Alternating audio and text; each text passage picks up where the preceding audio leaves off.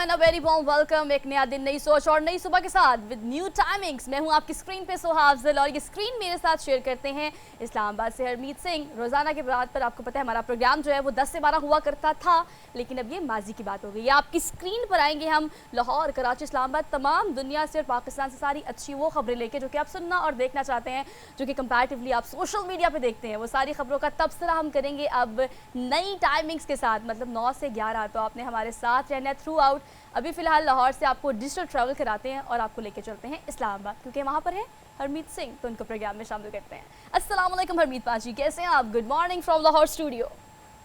जी वालेकुम सलाम, सत श्री अकाल, गुड मॉर्निंग सुहा। बिल्कुल आप दुरुस्त फरमा रही हैं कि कहीं ना कहीं मुसलसल तकरीबन 4 साल तक तो जो हमारी टाइमिंग थी वो 10 से 12 बजे तक थी, लेकिन अब हम देख रहे हैं कि जो 9 बजे का टाइम है, क्योंकि आपको पता है कि बहुत सारी ब्रेकिंग, बहुत सारी चीज़ें जो हैं वो भी बीच में आ जाती है। लेकिन बहरहाल अब अगर बात की जाए तो बहुत सारे जो देखने वाले हैं उनको हम यही कहेंगे कि अब हम हाजिर होंगे आपकी खिदमत में 9 से 11 बजे तक। सो बहरहाल मैं देखना चाह रहा हूँ कि इधर तो बारिश, मौसम बड़ा कमाल का है, लेकिन लाहौर में सुना है बारिश बरसाई गई है। मौसम कुछ बदलाव उसमें आया कि नहीं आया? हरमीत शुक्र अदा करें कि वहाँ पर बारिश ऐसे ही हो गई है, या वैसे भी हम एक्सपेक्ट ये कर रहे थे कि कुदरती बारिश हो जाए तो कंपैरेटिवली हमारा खर्चा बच जाएगा। लेकिन चले हम क्लाउड सीडिंग की बात भी करेंगे प्रोग्राम के आगाज में। और आज घर से ऑफिस आते वक्त मैंने इस चीज़ को रियलाइज़ किया कि स्मोक तो खैर नहीं, लेकिन फोक कंपैरेटिवली काफ़ी ज़्यादा थी। तो बाकायदा तौर पर दिसंबर की वो जो एक वाइब होती है ना, वो आपको आना शुरू हो गई है। लेकिन उसके साथ साथ आज it's a new day, new working day, a brand new day के साथ आपको पता है मंडे ब्लूज़ के साथ। वैसे पता नहीं मेरी स्क्रीन से डिपेक्ट हो रहा है या नहीं हो रहा, लेकिन हरमीत पाजी की स्क्रीन से ये डिपेक्ट हो रहा है कि वो मंडे ब्लूज़ में हैं। लेकिन चले आपको प्रोग्राम के आगाज में और मंडे की ताज़ा तरीन अपडेट हमने ये देनी है कि इस वक्त अगर हम बात करें ओवरऑल सिनारियो की, तो एक छोटा सा टीजर मैंने आपके आगे शेयर करना है। 0 से लेके 80 तक हरमीत, ये जो आपका बेसिकली क्लाइमेट इंडेक्स होता है, इसमें एक आम ह्यूमन बींग सांस ले सकता है और लेना भी चाहिए। लेकिन अगर हम लाहौर की, कराची की या दीगर शहरों की बात करें तो 200, 300, 400 तक भी एयर क्वालिटी इंडेक्स किया है, जिसका मतलब ये है कि आप एक चिमनी में सांस ले रहे हैं। मतलब जहाँ पर आलूदगी है, धुआं है और तमाम चीज़ें जो कि आपकी सेहत के लिए हार्मफुल हो सकती हैं। तो अंदाज़ा कर लें कि आज से पहले अगर हम फोक को एक्सक्लूड भी कर दें फॉर द टाइम बीइंग, तो हम कहाँ पर जी रहे थे, हम क्या कर रहे थे। ना सिर्फ पाकिस्तान में बल्कि पूरी दुनिया में लाहौर शहर को कहा जाता है कि ये आलूदा तरीन शहर है। तो लाहौर लाहौर है, लेकिन अब लाहौर को आलूदगी में भी कोई कम्पीट नहीं कर सकता। कराची की सूरत अगर हम बात करें सिर्फ लाहौर नहीं बल्कि आहिस्ता आहिस्ता जिस तरह हम देख रहे हैं कि पंजाब के दीगर बड़े बड़े शहरों में सोसाइटियाँ बन रही हैं और जो बागात थे, खेत खलियान थे, वो आहिस्ता आहिस्ता कंक्रीट वहाँ बिछाई जा रही है, जिसकी वजह से हम ये देख रहे हैं कि उन इलाकों में भी अब हम ये देख रहे हैं कि सूरत हाल ये है कि वहाँ पे कमाल की धुंध आपको नजर आएगी। बल्कि मैं तो बहुत सारे इलाकों में अभी आपको पता है कि गुजरा हुआ मुख्तलिफ इलाकों से, जहाँ मैंने देखा है कि ऐसे बैनर्स मेरे सामने आए जहाँ पे बड़े बड़े बिलबोर्ड्स में लग रहा था कि ये सोसाइटी में इतने अक़सात में आपको सारी चीज़ें मिलेंगी। तो जब मैंने वो सारी चीज़ें, वो ज़मीनें देखी, तो कहीं ना कहीं उससे पहले वो बड़े बड़े ज़बरदस्त किस्म के बागात थे।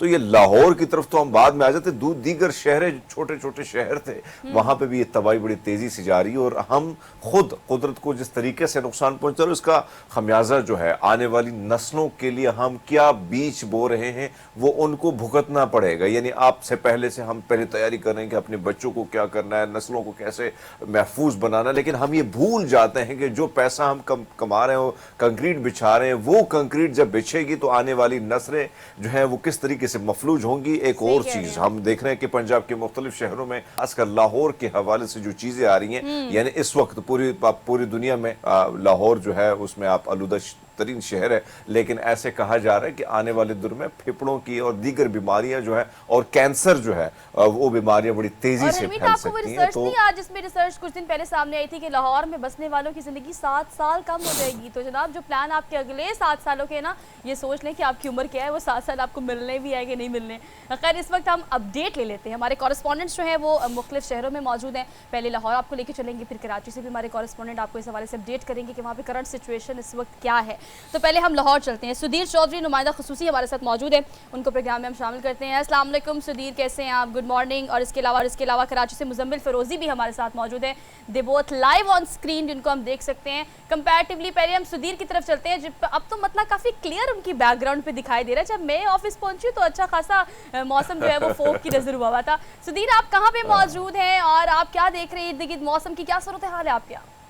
जी वालेकुम अस्सलाम। मैं इस वक्त हूँ कोट लखपत इंडस्ट्रियल एरिया के इलाके में और यहाँ पर अभी फोक की सूरत हाल जो है वो सूरज निकलने के बाद कुछ बेहतर हुई है। ताहम कुछ ही देर पहले यहाँ पर सूरत हाल ये थी कि यहाँ पर 386 AQI इंडेक्स था और लाहौर के मुख्तलिफ इलाकों में AQI इंडेक्स जो है वो 350 से लेकर 402 तक मौजूद था। थोड़ा सा यहाँ पर अभी आप जिक्र कर रहे थे मौसमी बारिश का। 2 दिन पहले मौसमी बारिश जो है वो लाहौर के ऊपर बरसाई गई। इस हवाले से जो जहाज़ था उसकी तकरीबन 100 से ज़्यादा उसने उड़ानें भरी और शादरा से मुरीद के तक जो है ये जो बादल आ रहे थे गुजरांवाला की तरफ से, ये बादल ट्रैवल करते हुए लाहौर की तरफ, चूँकि हवा का रुख भी लाहौर शहर की तरफ था तो उसके ऊपर जाकर इन जहाज़ों ने जो है वो केमिकल इन बादलों के ऊपर फेंका। तो ये बादल जो है वो शादरा, अपर माल, जेल रोड, गड़ी शाहू, इसी तरह एयरपोर्ट और मुख्तलिफ इलाकों में हल्की फुल्की बूंदाबांदी हुई जो कि ट्रेसेबल भी नहीं थी, यानी कि वो 1 मिलीमीटर भी बारिश नहीं थी। तमाम इसका एक फ़ायदा ये ज़रूर हुआ कि 50 AQI से लेकर 100 AQI तक इंडेक्स जो है वो कल गुज़श्ता रोज़ इतवार के रोज़ कम हुआ।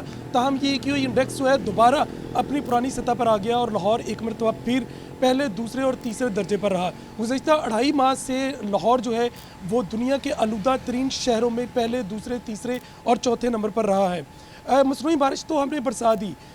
ये सारा ताउन जो है मुत्तहिदा अरब अमारात की गवर्नमेंट ने किया है। 3 माहरीन जो है वो वहाँ से बुलाए गए थे, इनमें से 2 UAE के रहायशी थे और 1 फॉरेनर था।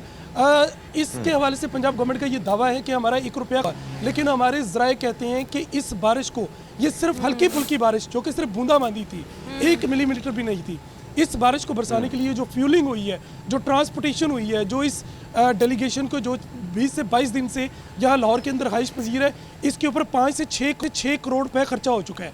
अच्छा, सुधीर, आप बिल्कुल ठीक कह रहे हैं। आपकी ही खबर जो है बेसिकली इसकी तरदीद, बल्कि मीडिया की जो खबर थी उसकी तरदीद जो है वज़ीर आला पंजाब की जानिब से की गई। वो कहते हैं 35 करोड़ रुपए नहीं लगा, लागत नहीं आई, बल्कि मुत्तहिदा अरब अमारात की तरफ से हमें तोहफा मिला है। खैर 24 घंटे भी अगर इसकी क्रेडिबिलिटी को हम जज नहीं कर सकते कि 24 घंटे के बाद भी हमें इसके वो रिजल्ट्स नहीं मिले जो हम एक्सपेक्ट कर रहे थे, तो सूरत हाल किस तरह से एड्रेस की जा सकती है ओवरऑल क्लाइमेट की। हम कराची चलते हैं। कराची में हमारे साथ मुजम्मिल मौजूद है। मुजम्मिल, आप बताएगा, कोई आपकी वैसे आंखें पूरी नहीं खुल रही, मुझे लगता है कि धूप शुप है कराची में, तो कराची की सिचुएशन इस वक्त वैसे सोहा अगर हम देखें मुजम्मिल पाजी के पीछे बैकग्राउंड बड़ा खूबसूरत है, ठंडी ठार हवाएं चल रही हैं। मुजम्मिल पाजी धूप है, बड़ी मजे की लग रही है। वैसे मौसम कैसा है वहाँ कराची का? आजकल तो सीजन है आपका। सोहा और हरमीत, आपको सबसे पहले तो वेरी गुड मॉर्निंग और नए टाइमिंग पर आज कराची में पहली दफ़ा आपके साथ स्क्रीन शेयर करते हुए बड़ा फ़ख्र महसूस कर रहा हूँ कि कराची से पहली दफ़ा आपको मुजम्मिल फिरोजी ज्वाइन कर रहे हैं। और आज बात की जाए तो खुशकिस्मती से कराची, आवाज़ आ रही है आपको मेरी? आ रही, बोलिए। जी बिल्कुल बिल्कुल पाजी। कराची कल जो है कराची नंबर 1 पोजीशन पर था एयर क्वालिटी इंडेक्स में और आज जो है कराची चौथे नंबर पर है। कराची का मतलब बिल्कुल साफ है, बादल नहीं है यहाँ पर, सूरज अपनी आबो ताब से चमक रहा है, मगर रात जो थी वो बड़ी ठंडी थी। जो दिसंबर वाली वाइब्स है वो आ रही थी, लोग इंजॉय कर रहे थे, सूप की दुकानों पर रश था, लोग मछली खा रहे थे।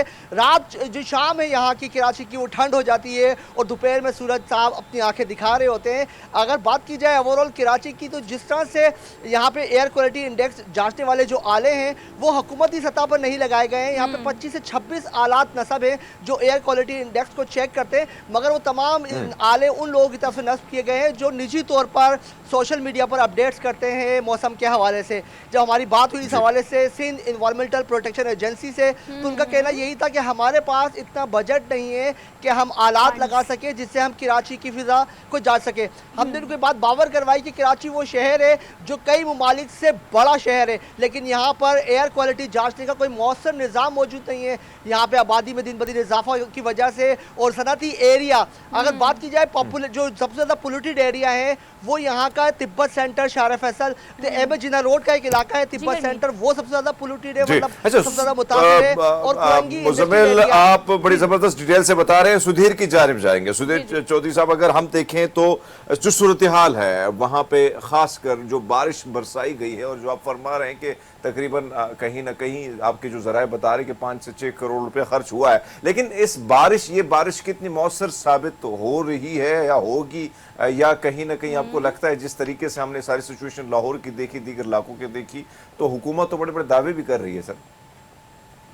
जी हरमीत, मैं आपको ये बताऊं कि ये बारिश फ़ायदे की बजाय नुकसानदेह साबित हुई है, क्योंकि फ़ज़ा के अंदर मौलक जो कीमियाई मादे हैं जो कि यहीं हमारी ज़मीन से उठकर धुएँ की सूरत में मुख्तलिफ जो गैसेज़ हैं, जो कि 16 किस्म की गैसेज़ हैं, उनकी सूरत में हमारी फ़ज़ा के अंदर मौलक है। जब इसके ऊपर हल्की फुल्के बूंदाबांदी के कतरे पड़े तो ये तमाम केमिकल ज़मीन के ऊपर उतरे और ये उन जगहों पर जहाँ पे ज़रई रकबा है, जहाँ पे काश्तकारी हो रही है, जहाँ पे मुख्तलिफ फसलें उगी हैं, ये उनके ऊपर जहर की सूरत में पड़ी हैं। इसको हम कहते हैं जहरीली बारिश। ये पहले जब भी कभी बारिश होगी इस सूरत हाल में, स्मोक की सूरत हाल में, फोक की सूरत हाल में, तो वो जो पहले 10 से 15 मिनट होती हैं वो जहरीली बारिश कहलाती है। और ये जहरीली बारिश इंसानों के लिए, फसलों के लिए और उन तमाम चीज़ों के लिए नुकसानदेह है जो कि इस ज़मीन कुर्रे अर्ज़ के ऊपर मौजूद है। और यही हुआ हुकूमत का ये तजर्बा जो कि वो अपनी तरफ से कामयाब करार दे रही है, हकीकत में ये नाकाम साबित हुआ, क्योंकि जिस तवक्को, अच्छा ये इससे पहले मैं थोड़ा सा बियॉन्ड चला जाऊँ, एक आला सतही मीटिंग के अंदर तमाम जो स्टेक होल्डर्स थे उनको बुलाया गया और उनसे कहा गया कि बारिश को बरसाने के लिए ये टीम हमारे पास मौजूद है, हमें क्लाउड चाहिए। तो किस वक्त क्लाउड जो हैं वो लाहौर की फ़िज़ाओं के ऊपर होंगे, तो उसके हवाले से महकमा मौसमियात ने बताया कि 16 दिसंबर को क्लाउड जो हैं वो गुजरांवाला की तरफ से ट्रैवल करते हुए लाहौर की तरफ आएंगे, लेकिन इनमें इतनी सख्त नहीं होगी कि ये बारिश बरसा सकें, क्योंकि लाहौर के जो अपना दबाव है, जो प्रेशर है हवा का, ये बहुत ज़्यादा है, क्लाउड बहुत ज़्यादा ऊपर होंगे और इनमें इतनी ताकत नहीं होगी कि जब इसके ऊपर आप केमिकल फेंकें तो ये नीचे मसनूई बारिश बरसा सकें। लेकिन इसके मुज़म्मिल फिरोजी आपकी तरफ आएंगे। जो आप फरमा रहे थे कि भैया रात को लोगों ने सूप पिया, गरम गरम मजे की कड़ाके की जबरदस्त किस्म की मछलियां जो है वो भी फ्राई करके खाई। वैसे आपसे बात करना चाहेंगे, मजे का तो मौसम लग रहा है, बैकग्राउंड अगर देखें तो औसम है, लेकिन पाजी बारिश नहीं हो रही है, तो बारिश ना होने की वजह से कोई बीमारियां वहां पे, जिस तरह हम यहाँ पंजाब में देख रहे हैं हो रही है, वहां पे कुछ बीमारियां भी है, उसमें तेजी फैल रही है, कोई वायरल इन्फेक्शन? हाँ जी बिल्कुल, बिल्कुल हरमीत, ऐसा ही है। जहाँ जहाँ मौसम जैसे चेंज होता है वैसे यहाँ पर बीमारियों का भी असरअंदाज होती हैं। और इस वक्त जो है शहर कराची में नज़ला, ज़ुकाम, खांसी और फीवर की जो मरीज़ है वो बड़ी तादाद जो है वो हॉस्पिटलों का रुख कर रही है। जब हमारी बात हुई थी कल इस हवाले से, जो सिंध के जितने भी सरकारी बड़े हॉस्पिटल्स हैं वहाँ पर एक बड़ी तादाद जो है वो सिर्फ मौसम की तब्दीली की वजह से जो है वो असरअंदाज हो रही है। और जो एयर क्वालिटी, जो हमारी फ़िज़ा है, ये एक बड़ा किरदार अदा कर रही है लोगों को बीमार करने में, क्योंकि कराची की इस वक्त जो फ़िज़ा है वो किसी तरह भी साजगार नहीं है। इसकी वजह यही है कि जो ट्रांसपोर्ट सिस्टम है यहाँ का, जो चिंची रक्षों की बहतात है कराची शहर में, वो मौसम को और यहाँ की फ़िज़ा को बहुत ज़्यादा आलूदा कर रही है, जिससे आवाम शदीद मुतासिर हो रहे हैं। अच्छा ठीक है मुज़म्मिल, आप हमारे साथ रहे। सुधीर, मैं आपकी जानिब आऊँगी, आप बताएगा, चूँकि आप उस प्रेस कॉन्फ्रेंस में भी मौजूद थे जो कि वज़ीर आला पंजाब मोहसिन नकवी साहब ने की और काफ़ी सहाफ़ी ने सवाल भी किए, आपको नहीं लगता कि कंपैरेटिवली बहुत जल्दी कर दी उन्होंने? अगर वो कहते हैं 35 करोड़ मुझे खुद भी लगाना पड़ता तो मैं देर ना करता, क्योंकि जान ज़्यादा अजीज़ है मुझे लाहौरियों की और पंजाब के जो लोग हैं, तो आप क्या समझते हैं कि आपने कहा कि ये एसिड रेन थी, इससे तो नुकसान हुआ है, फ़ायदा तो नहीं हुआ जो हम एक्सपेक्ट कर रहे थे? जी बिल्कुल, ये फैसला बड़ी उजरत में किया गया। जब मैंने वज़ीर आला पंजाब से ये सवाल किया तो उसके जवाब में उन्होंने कहा कि जब आपको हार्ट अटैक हो जाए तो सबसे पहले आप क्या करेंगे? मैंने कहा जी अगर मेरी जेब में पैसे ना हुए तो मैं कुछ भी नहीं करूँगा। तो मसला इस वक्त सबसे पहले ये है कि क्या पंजाब हुकूमत ने इस स्मोक को कंट्रोल करने के लिए कोई इकदाम किए? जी मैं आपको बताता हूँ वो इकदाम किए हैं। सड़कों पे पानी का छिड़काव कर दिया, कुछ सड़कों के ऊपर नाम बराए नाम सफाई कर दी, लेकिन अब भी मेरे पीछे जिस एरिया में मैं खड़ा हूँ कोट लखपत में, मेरे लेफ्ट साइड पे एक ऐसी फैक्ट्री है जो कि डाइंग फैक्ट्री है, वो कोयले से भाप पैदा करती है और उससे सारी डाइंग कर रही है। मेरे लेफ्ट साइड पे एक फैक्ट्री है वो भी लकड़ी इस्तेमाल कर रही है, मेरे पीछे एक फैक्ट्री है वो भी कोयला और लकड़ी इस्तेमाल कर रही है।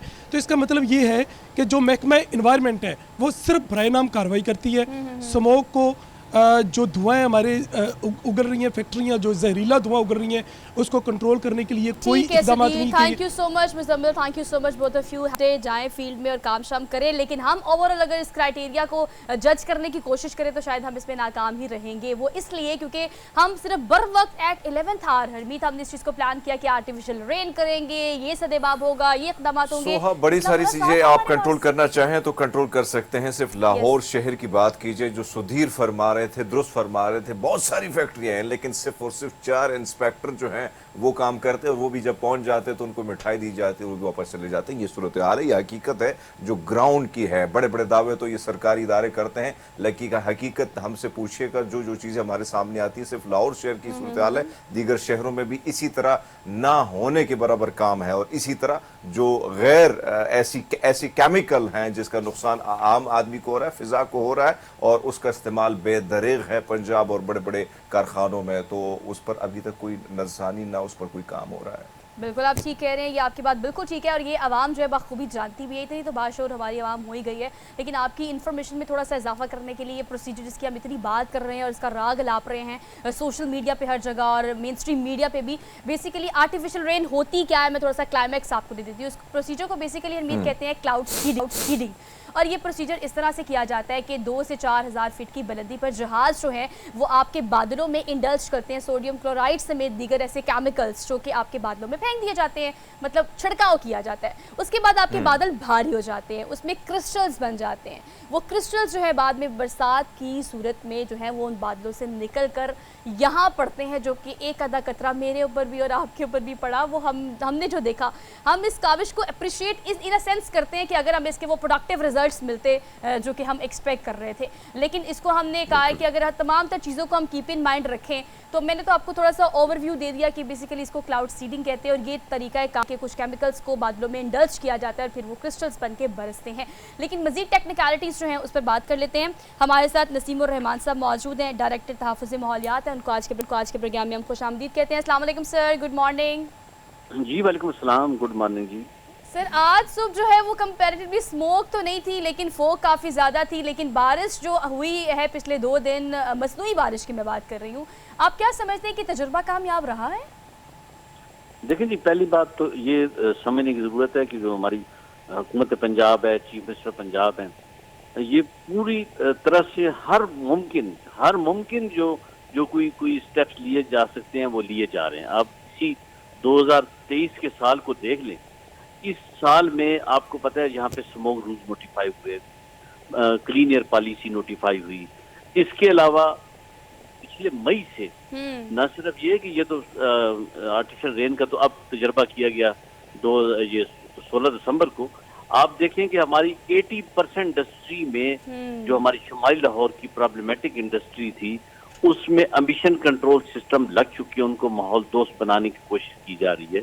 इस 31 अजला में इस वक्त हमारे fully computerize mechanize fitness testing centre बन गया है। स्मोक एक्शन प्लान बना, 14 महकमे इसमें अपना काम कर रहे हैं। कोई व्हीकल पोल्यूशन पे कर रहा है, कोई इंडस्ट्रियल पोल्यूशन पे कर रहा है, कोई भट्टों को जिगजैग पे 70% आपके भट्टे इस वक्त पंजाब में जिगजैग मेथोडोलॉजी भी जा चुके हैं। तो ये सारे हरबा इस्तेमाल नसीम रहमान साहब आप ठीक कह रहे हैं। नसीम रहमान साहब, एक और चीज जो आप फरमा रहे हैं, हम भी चाहते हैं कि जो इस्लामाबाद, ये जो लाहौर है, दीगर इलाके, वहाँ पे कम से कम फिजा जो है, और ये कहीं ना कहीं ये रिस्पॉन्सिबिलिटी आप लोगों पे बनती है।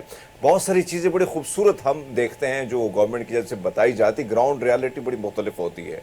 कागजों में तो बड़ी ज़बरदस्त किस्म की चीज़ आती है। सिर्फ पेट्रोल की बात करें सर, इस पर अगर कंट्रोल की जाए, जो पेट्रोल आता है और फिर वो जो केमिकल ईरान से आता है, कभी उसके बारे में भी सोचा है कि ये जो ईरान से केमिकल आता है वो मिला के जो 1 लीटर है उसको 2 लीटर बना के फिर वो जितना नुकसान देता है, क्या इस तरफ भी कोई ध्यान गया है आपकी टीम का सर? देखिए, हर तरफ बिल्कुल जो हमारा फ्यूल है, जो हमारी गाड़ियों की मैन्युफैक्चरिंग है, इस तमाम के ऊपर हुकूमत, कुछ प्रोविंशियल गवर्नमेंट की डोमेन्स हैं, कुछ फेडरल गवर्नमेंट की डोमेन्स है। हमारी इस वक्त कोई मुल्क में सिवाय ट्रैक्टर के तमाम गाड़ियां, चाहे कार है, चाहे बस है, चाहे ट्रक है, कोई भी है जो पाकिस्तान में मैन्युफैक्चर हो रही है, ये इम्पोर्ट हो रही है, वो यूरो 3, यूरो 4 इस स्टैंडर्ड्स की गाड़ियां आ रही है। जहाँ फ्यूल की बात कर रहे हैं, हमारी जो रिफाइनरीज हैं उनको अपग्रेडेशन के लिए सर 2-3 दिन पहले भी, अब हमारी एक रिफाइनरी अपग्रेड हो चुकी है जो पार्क है, बाकी जो रिफाइनरीज है उनके अपग्रेडेशन के ऊपर भी काम हो रहा है। और हर चीज जहाँ जहाँ पे कोई अच्छा चीज, नसीम चाहे रहमान आप- साहब, सॉरी फॉर इंटरप्शन। देखिए हमीद का सवाल चलें आपके लिए एक ऐसा सोल्यूशन था जो कि परमानेंट है। For the time being solutions की बात कर लेते हैं। जो एसिड रेन की गई है, मतलब आर्टिफिशियल रेन है, क्या इसको एसिड रेन कहा जा सकता है? टेक्निकलिटीज आप बेहतर जानते हैं। आप क्या समझते हैं कि बाज़ वक़्त इस तरह की जो बारिश है वो एसिड रेन भी बन जाती है, जो कि फसलों को नुकसान पहुंचाती है, बीमारियां फैल सकती हैं, स्किन प्रॉब्लम्स हो सकती हैं। तो आप क्या समझते हैं, बीमारी हो तो कोई एक टीका लगाएं तो आराम तो नहीं आ जाता, 2-3 टीके लगाने पड़ते हैं। तो इस तरह से 2-3 आर्टिफिशियल रेन भी तो करनी पड़ेगी ना। एक से हमें क्या फ़ायदा होगा? कितना लॉन्ग लास्टिंग था, एक दिन का भी फ़ायदा नहीं हो सका हमें इससे। देखिए जहाँ तक एसिड रेन की इस तरह की चीजें, आप देखें हमारे से पहले ये कोई पहला तजुर्बा पाकिस्तान में नहीं हो रहा, या जहाँ लाहौर में नहीं हुआ, दुबई में, अबूजेबी में, सऊदीया में, मुख्तलिफ जगहों पे ये सारे आर्टिफिशियल रेंज के ये किए जा रहे हैं। और ऐसा अगर इतना डेंजरस होता ये, तो डेफिनेटली वो ममालिक भी ये इससे इज्तनाब करते। ऐसी बात नहीं है, ये इतना ज्यादा इसके ऊपर अभी हमने एक तजर्बा किया ना, ये फर्स्ट टाइम पाकिस्तान की हिस्ट्री में पहला एक्सपीरियंस था। सर ये तो हमें तोहफा मिला था ना मुत्तहिदा अरब अमारात से। तो आप क्या समझते हैं कि दोबारा हमारा बजट है इतना, हम मुतहम्मिल हो सकते हैं कि 35 करोड़ तक, या अगर 32 भी चले, अगर 30 भी लगने हैं, 25 भी लगने हैं, तो क्या दोबारा बारिश कराने के हम मुतहम्मिल हो सकते हैं? देखिए ये बिल्कुल नो डाउट, हम जी सर आप गवर्नमेंट वो मशहूर है यूएई की, उन्होंने हमारे साथ ये ताउन और ये हमने की, और अब हमने अपनी बीज कैपेसिटी डेवलप कर ली है पाकिस्तान में, हमने ये डेवलप हो चुकी है। आपको कुछ अर्से बाद हम खुद ये करके भी दिखाएगा हमारा नसीम रहमान साहब, एक चीज़ बड़ा अच्छा लगता है, आप हमारे मोहतरम हैं और काबिल एहतराम है हमारे लिए, और बड़ी ज़बरदस्त किस्म के मनसब पर आप बैठे हैं और काम भी आपका बेहतरीन है। आपसे जानना चाहेंगे सर, लाहौर में इंडस्ट्री के हवाले से, वैसे तो पंजाब गवर्नमेंट बड़े बड़े दावे करती है कि ईंटों के जितने भट्टे हैं, दीगर चीज़ों पर बड़े हमारी जो है वो हम देखते हैं, चेक एंड बैलेंस भी चल रहा है। लाहौर में इस वक्त इंडस्ट्री की बात की जाए तो तादाद कितनी, और आपने इंस्पेक्शन के हवाले से कितने इंस्पेक्टर लगाए हुए हैं सर? जिस 300 के करीब हमारे शुमाली लाहौर पार्लियामेंट, वहाँ पे 300 के करीब स्टील फर्नेसेस और स्टील रोलिंग मिल्स हैं जो सबसे ज्यादा प्रॉब्लमेटिक है हमारे। बाकी वो इंडस्ट्री जिसमें बॉयल, मैंने वही अर्ज किया था कि हमने पूरी कोशिश की है और अलग फजल से हम काफी हद तक कामयाब हैं कि इस वक्त 86% जो इंडस्ट्री है इसमें से, जो कि विदाउट एमिशन कंट्रोल सिस्टम काम करती थी, हमने उनको कन्विंस किया है। उनको साथ 2 अरब रुपए का गवर्नमेंट ने एक इंटरेस्ट फ्री लोन के लिए बजट कायम किया था कि अगर आपके पैसे नहीं है तो आप लगाएं, और 86% जो हमारी इंडस्ट्री है उसमें इस तरह या तो एमिशन कंट्रोल सिस्टम लग चुके हैं या लगने के मराइल में, तो ये बहुत बड़ी अचीवमेंट है। एक नसीम साहब, मैं एक और चीज अर्ज करूं, आपकी नजर कर लेता हूं क्योंकि मैं रिपोर्टर आदमी हूं तो हर तरफ मेरी नजर होती है, फिरता रहता हूं। आपके डिपार्टमेंट के लोग जो हैं, ये पंजाब की बात कर रहा हूं, जाके सिर्फ कागजों में चीजें चेक एंड बैलेंस लगा के निकल जाते हैं। बाकायदा तौर पर बहुत सारी चीजों का मैं गवाऊं, कभी आऊंगा लाहौर तो आपको लेके भी जाऊंगा बहुत सारे इलाकों में। तो आपको नहीं लगता इन प्रैक्टिकल ग्राउंड पे कहीं ना कहीं आप लोगों को भी निकलना चाहिए? क्योंकि आपके इंस्पेक्टर या दीगर लोग जो जाते हैं, बहुत सारे खबरें हमारे पास भी आती हैं कि कहीं ना कहीं बस कागजी मुआयना करके थोड़ा बहुत कुछ होके निकल जाते हैं वहां से, अमली तौर पर कुछ नहीं। आपका चैनल तो बाकायदगी से हमारे साथ होता है, और सुधीर साहब भी मेरे साथ होते हैं, हम खुद सुधीर साहब साथ होते हैं, सारे चैनल साथ होते हैं। जब हम इन फैक्ट्रियों में जाते हैं, वहाँ पे इंस्पेक्शन करते हैं और उनको कन्विंस करते हैं कि, और ये गवाह है इस बात की, आप इनको ले लें लाइन पे, अभी मेरे सामने ले लें, ये हमारे साथ होते हैं जब हम ये सारे विजिट करते हैं और इंस्पेक्शन करते हैं और कोशिश करते हैं। देखें जहाँ पे एक मसाइल है, फिर वहाँ कोशिश की जाती है कि वो इंडस्ट्री जो कि माहौल दोस्त नहीं थी उसको माहौल दोस्त बनाया जाए। और मैं इतने कॉन्फिडेंस से कह रहा हूँ कि 86% इंडस्ट्री इस तरफ चली गई है अलग फजल से। तो आप बिल्कुल नसीम रहमान साहब, हमारा मकसद कतई तौर पर आपको ऑफेंड करना नहीं है, लेकिन जो हरमीत बात कर रहे हैं वो ग्राउंड रियलिटी ये कि अमले को थॉरली पूरे सिस्टम को अपग्रेड करने के लिए हर बंदे को इक्वली पार्टिसिपेट करना पड़ेगा। और आप बिल्कुल ठीक कह रहे हैं, thank you so much for being here. लेकिन आपकी एक और चीज़ ऐड ऑन कर देती हूँ कि अगर हम ग्राउंड रियलिटी देखें तो हरमीत ये है कि हमें बहुत सारी चीज़ों पर काम करना पड़ेगा। हमने पेट्रोल की बात की, यूरो 5 की बात की, यूरो 3 की बात की, लेकिन हमारे इस वक्त फैक्ट्रीज में इस्तेमाल होने वाला टायर जिसको फ्यूल के तौर पर इस्तेमाल किया जाता है, प्लास्टिक को इस्तेमाल किया जाता है, वो तमाम चीज़ें जो कि आलूगी का बड़ा मौजब बनती हैं, लेकिन अगर इनको कंट्रोल किया जाएगा और एक सिस्टम बनाया जाएगा तो ही इस स्मोक से छुटकारा हासिल किया जा सकता है। बड़ी महंगी पड़ी है हमें ये रेन, 35 करोड़ की। आप सोचिए कि कतरा के करोड़ का था, खैर लेकिन इसके रिजल्ट अगर आ जाते हैं तो हम इसको डाइजेस्ट भी कर लेते हैं। अभी फिलहाल सिचुएशन ऐसी है कि अल्लाह ताला से दुआ करते हैं कि वो नेचुरल बारिश जो है ना वो हो जाए, ताकि हालात जो है हमारे बेहतर हो जाएँ। चलिए जी, हम प्रोग्राम में आगे बढ़ते हैं। डिटेल में हमने क्लाउड सीडिंग के हवाले से आपको बताया। प्रोग्राम में जब हम आगे बढ़ेंगे तो हमने बात करनी है आप कर हमारे फेवरेट सेगमेंट के बारे में, मतलब daily dose of good morning public. तो डोज कैसा होगा मंडे का, एक ब्रेक के बाद आपको बताएंगे। Keep watching good morning public.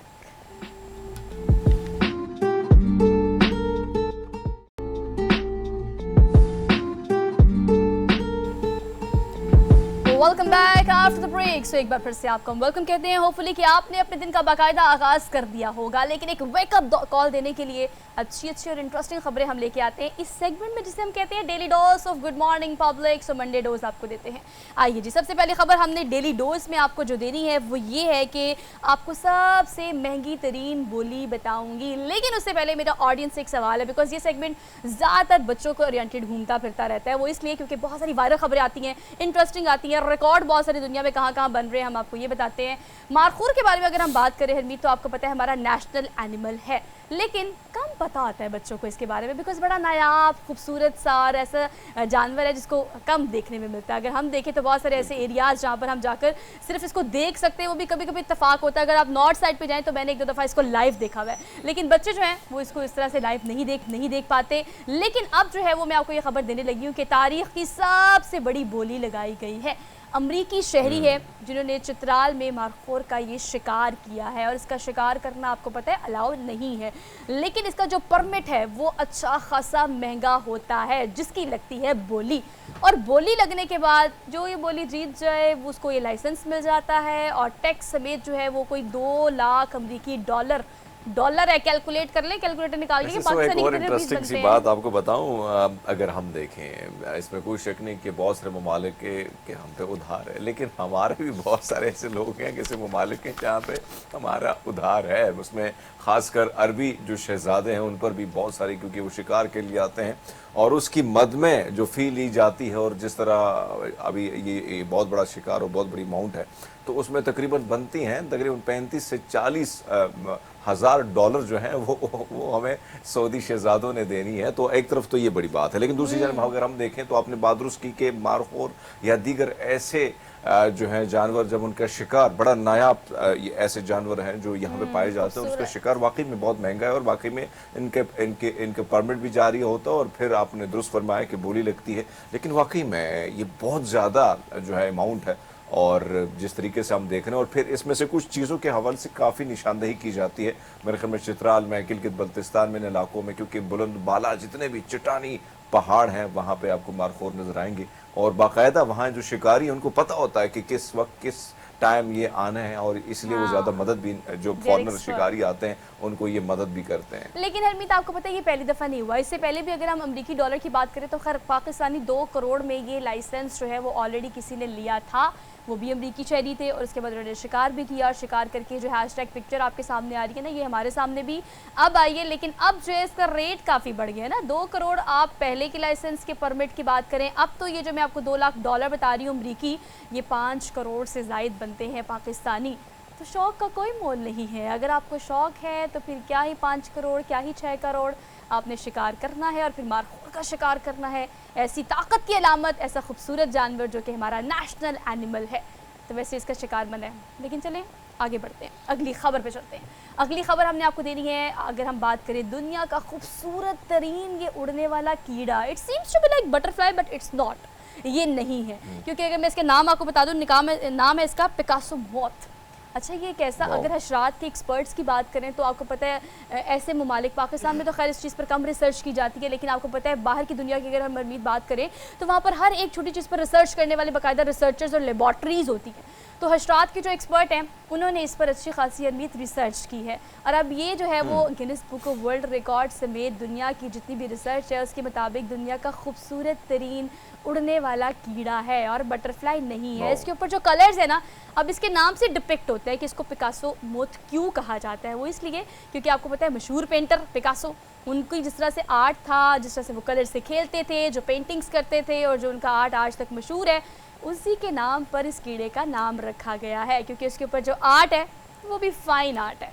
तो हम देख रहे हैं, जैसे अगर हम देखें सुहा, रात को बहुत सारे ऐसे कीड़े जो उड़ने वाले होते हैं, उड़ान भरने वाले होते हैं, और ख़ासकर उन इलाकों में जहाँ पे बिजली नहीं होती और कहीं ना कहीं लालटेन या गैस की जो लाइट है उसका इस्तेमाल होता है, तो हमने देखा है कि आसपास बहुत सारे ऐसे ज़बरदस्त किस्म के, बड़े खूबसूरत किस्म की आपको ये सारी चीज़ें नज़र आएंगी, लेकिन बड़ी नज़ाकत से अगर आप देखें ना, जैसे पूरा का पूरा पेंट हुआ है, यानी एक आर्टिस्ट ने आर्ट अपना वो जो अपना आर्ट का एक मुजाहरा किया है, तो आप अंदाज़ा लगा सकते हैं कि कुदरत ने एक ऐसा निज़ाम जो है वो उसको बनाया, उस निज़ाम में फिर बने वो सारी चीज़ें बड़े ज़बरदस्त किस्म की कुदरत की तख्लीक है। और उसमें अगर आप देखें तो इसके परों को अगर आप देखें तो आप अंदाज़ा लगाना, ऐसा लगता है कि बड़े नज़ाकत से इसके ऊपर पेंट हुआ है, लेकिन वो बड़ा खूबसूरत है। लेकिन बात आपकी दुरुस्त है कि कहीं ना कहीं ऐसी सारी चीज़ें, बहुत सारी चीज़ों जिसके बारे में हम नहीं जानते, और उस पर फिर साइंसदान जो है मुख्तलिफ तजुर्बात करके वो चीज़ें हमारे सामने आ जाती हैं, और फिर कहीं ना कहीं हमारे आमने सामने से गुजरे भी होती हैं, लेकिन कहीं ना कहीं सोच हमारी और उसको जोड़ने का जो ख्याल होता है वो किसी और चीज़ के साथ हम जोड़ लेते हैं। और हरमीत, अगर आपको पता है बहुत सारे ऐसे अनटच एरियाज़, अगर आप वहाँ चले जाएं तो कुदरत के ऐसे ऐसे शाहकार आपको नज़र आते हैं। जानवरों की बात करें, चरिंद परिंद की बात करें, तो जो अल्लाह बनाने वाला है वो वाहिद ज़ात जो है वो ऐसे ऐसे आर्ट बनाते हैं, उससे बड़ा आर्टिस्ट तो कोई है ही नहीं। लेकिन हम जब बात करते हैं when it comes to all those areas जिसमें साइंसदान रिसर्च करते हैं और उसके बाद निकाल कर हमारे सामने ये पिक्चर और वीडियो आ जाती है, तो इसका मतलब ये कि हमें इस चीज़ को रियलाइज़ करना चाहिए कि कुदरत में कहाँ कहाँ हमारे लिए क्या क्या तोहफे मौजूद हैं। हम उससे अगर मुस्तफ़ीद हो सकें उसके लिए आपको कुदरत के करीब रहना पड़ता है, और जो कि आजकल हमने काफ़ी ज़्यादा कम कर दिया है। कमरों में हम बंद रहते हैं, सुबह जल्दी टाइम से उठते नहीं हैं, सुबह देखते नहीं हैं, और हमारा विज़िट जो है वो ऐसे बस गलियों में और सड़कों पर ही होता है। तो कुदरत के करीब रहने के लिए, कुदरत को देखने के लिए कोशिश करें कि ऐसा कुछ प्लान ज़रूर करें। आगे बढ़ते हैं, अगली खबर पे जाना है हमने। पैराग्लाइडिंग, तो वैसे हमने बहुत सारी खबरें आपको पैराग्लाइडिंग रिलेटेड दे दी हैं। आपको याद होगा खबर हमने आपको दी थी, खातून 94 साल की थी और उसने अपनी बर्थडे करने के लिए कहा कि मैं पैराग्लाइडिंग करूँगी और ये मेरी एक विश है ऑन माई बर्थडे, मैंने सेलिब्रेट ऐसे करना है। खैर, अब इस नौजवान से आपकी मुलाकात कराते हैं जो कि पैराग्लाइडिंग का ऑलरेडी एक्सपर्ट तो है, लेकिन मुनफरिद अंदाज में उसने पैराग्लाइडिंग की है और ये वीडियो सोशल मीडिया पर वायरल हो गई है।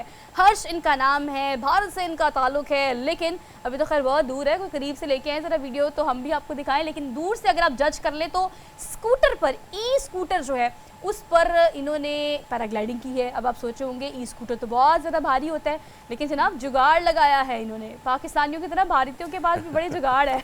उन्होंने इसकी बैटरी निकाल दी अरमीत, और बैटरी निकाल के वो हल्का हो गया, और जब स्कूटर ई स्कूटर हल्का हुआ तो उसको पैराग्लाइडिंग करने के लिए हर्ष ने इस्तेमाल किया, और ये वीडियो जो है वो सोशल मीडिया पे अब सर्कुलेट कर रही है। ऊपर नीचे आगे अगर हम देखें, चाहे वो 94 साल की खातून हो या उससे एक और 70 साल की, और फिर कहीं ना कहीं हमने देखा है कि ख़तरों के खिलाड़ी, चाहे वो मर्द हैं, ख़वातीन हैं, नौजवान हैं, बुज़ुर्ग हैं, वो कहीं ना कहीं किसी दौर में वो रहे हैं। और अब हम देख रहे हैं कि इस नौजवान को अगर आप देखें तो इसने सोचा कि भैया बहुत सारे लोग उड़ान भरते हैं, उड़ान से फिर छलांग लगाते हैं, तो मैं भी कुछ कर लूँ, लेकिन थोड़ा सा मुख्तलिफ कर लूँ।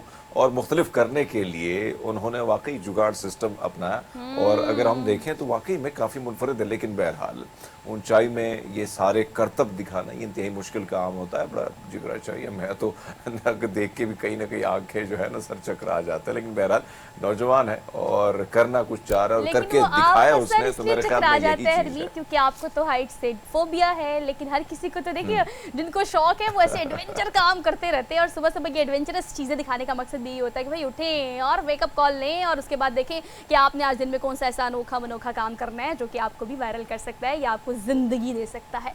सो we are done with this segment called daily good morning public. अब लेते हैं एक छोटी सी ब्रेक, हमारे साथ रहिएगा।